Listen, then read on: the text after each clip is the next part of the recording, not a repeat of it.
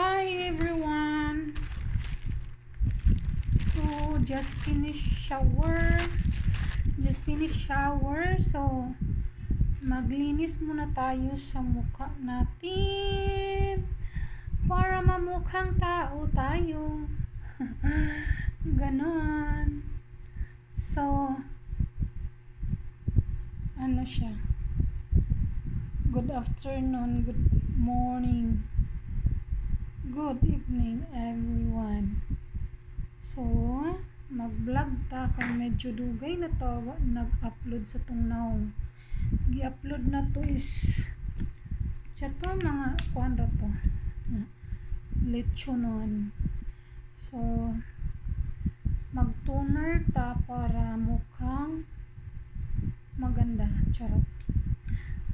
Ang toner ko ay BC Toner. BC Toner from Thailand. So, ganon. So far, okay naman siya kay wala naman nagka-pimples. No pimples, so means okay lang. Kasi ang gusto ko talaga pag mag-toner, mawala yung pimples at saka ay hindi naman masyadong may pimples, ano lang, pampalinis ng mukha ba, ganon. So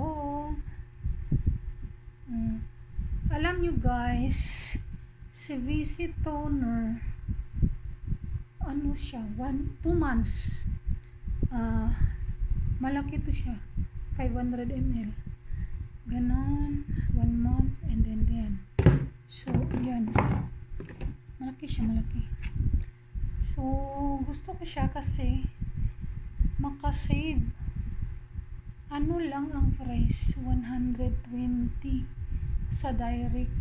Hindi po siya sa mga gilid-gilid kasi yung mga gilid-gilid baka fake. Yung direct po talaga sa TikTok. And then 120 lang siya.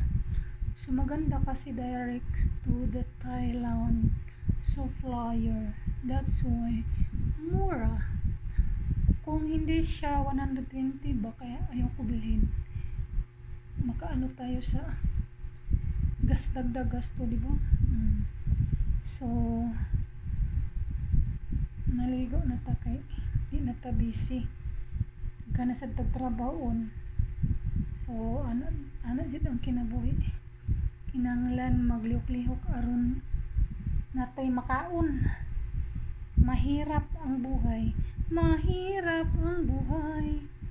So shout out po sa mga subscriber ko. Thank you everyone. God bless. So ganun.